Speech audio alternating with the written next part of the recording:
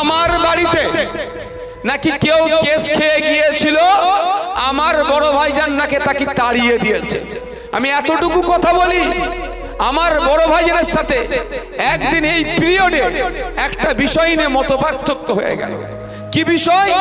আমার একটা ছেলেকে কোনো একটা বিধানসভার, এই মুহূর্তে নাম পড়ছে, তাকে মারধর করেছে। মারধর করে পুলিশ তুলে নিয়ে গেছে। একটা গুরুত্বপূর্ণ আলোচনা চলছিল আমাদের।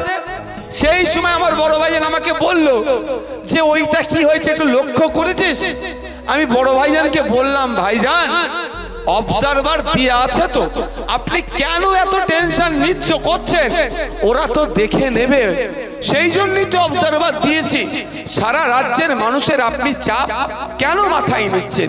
এ কথা বলার জন্য বড় ভাইজান আমাকে খুব জোরে তাড়া দিয়েছিলেন। পরে বুঝেছিলাম মানসিকভাবে তিনি একটু দুঃখ পেয়েছিলেন। পরে আমি জানতে পারি যে তারা শুধু জানে তিনি দুঃখ পেয়েছিল এই জন্যই যে এলাকা আমি ভোটার হিসাবে দেখি না। নওশাদ আমার যেমন ভাই, এরাও আমার ওই রকমই আপন ভাই।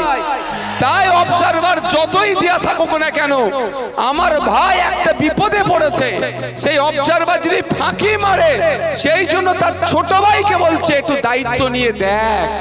এটাও চাপবাস সিদ্দিকী, একটু মাথায় রাখবেন।